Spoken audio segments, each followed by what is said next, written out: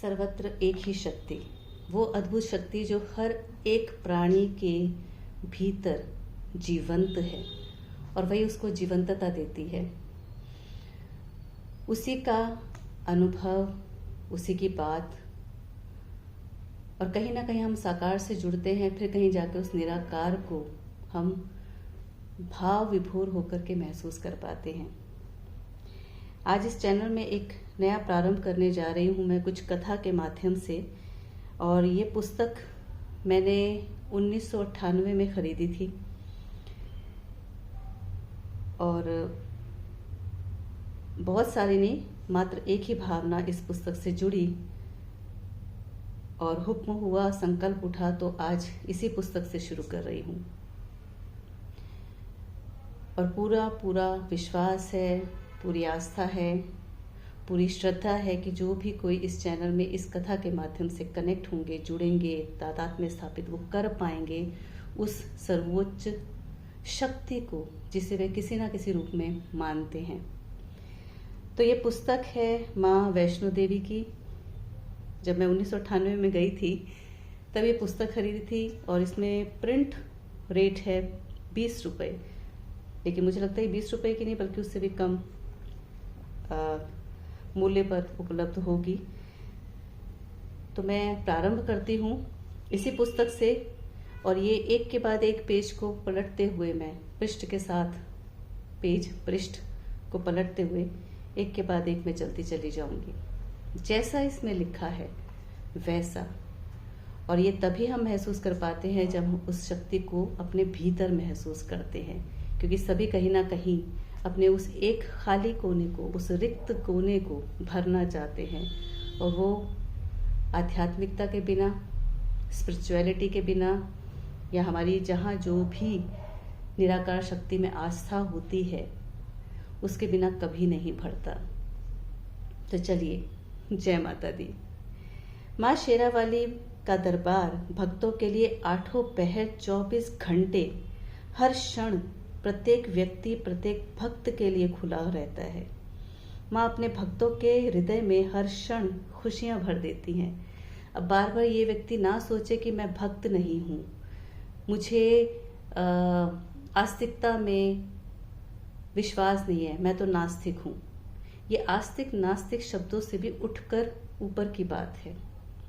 अभी मैंने कहा ना कि भाव की प्रधानता है। मेरे इस चैनल में जो भी मैं अभिव्यक्ति करती हूँ वहाँ पर साकार से होते होते कहीं ना कहीं निराकार की तरफ जाना होता है, जो एक भाव होता है, और सारी की सारी बातें भाव के आगे पीछे ही घूम रही होती हैं। तो यहाँ पर कोई भी शब्द विशेष में अपने आप को ना तो ऊपर लेकर के जाए और ना ही अपने आप को भाव से नीचे लेकर के आए। कहने का भाव ये है कि दरबार सबके लिए खुला है, हर वक्त खुला है। जो जैसा भाव लेके जाता है वो वैसा प्राप्त भी करता है, निसंदेह। अष्टभुजा वाली माँ की शेर पर सुसज्जित सवारी की कल्पना मात्र से ही हर भक्त नतमस्तक हो जाता है, सच में। तथा उसके हृदय से एक ही आवाज गूंज उठती है, जय माता दी, जय माता दी, जय माता दी। अब यहाँ पर जो पहला पृष्ठ है उसे विशेषतः ये कहा गया है कि जब माँ बुलाती है, कहते हैं ना तीर्थ स्थलों में जिस भी भगवान विशेष की स्थापना रही होती है तो व्यक्ति कहता है वो जब बुलाएंगे तो हम जाएंगे, या वो जब बुलाएंगे तो हम जाएंगे। तो सारी बात हमने उन पर डाल दी। तो यहाँ भीतर से वो कहते कि तुम भी तो संकल्प करो कि तुम आओगे। संकल्प तो हमारा है ना, बीज तो डालो। और इस साकार से होते होते कहाँ आप निराकार की ओर चले जाते हैं। ये यात्रा अद्भुत है।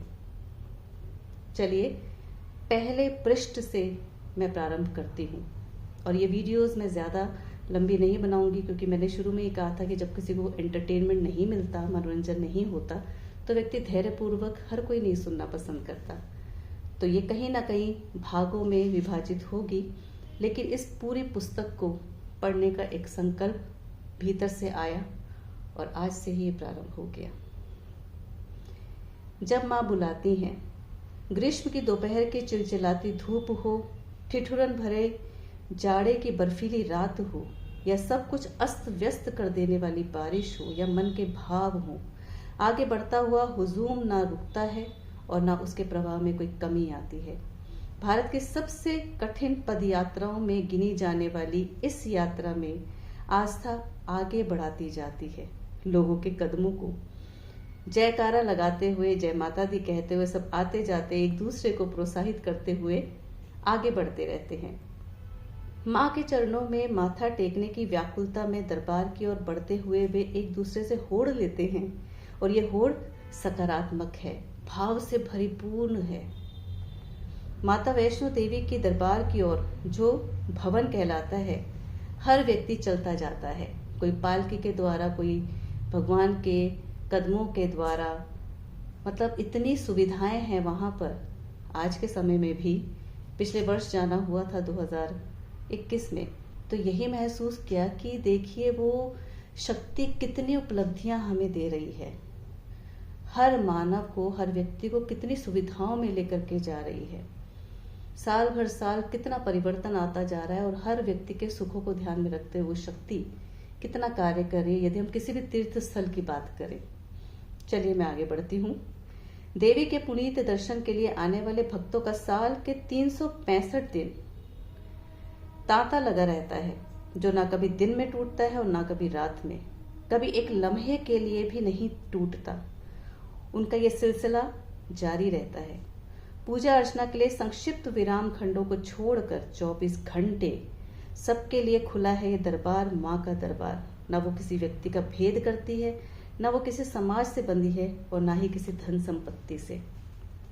जिसके मन में लगन है, प्यास है, भाव है, तड़प है, वह माँ का प्यारा है और माँ उसे अपने दर्शन के लिए बुलाती है।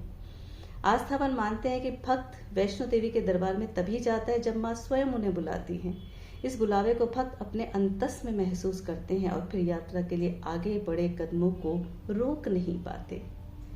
शक्ति एक रूप वैष्णो देवी की समूचे देश में और विशेष रूप से उत्तर भारत में बड़ी मान्यता है। ये नगरों और कस्बों में उनकी आराधना के लिए भगवती जागरण के रात भर चलने वाले आयोजन पूरे साल भर जगह जगह होते रहते हैं। हालांकि पिछले कुछ वर्षों में कम हुए हैं, लेकिन जो मानते हैं, जिनकी आस्था इतनी उदात्तता की ओर होती है, जो हम कहते हैं ना साकार की भक्ति, तो वो जागरण चौकी ये कराते हैं।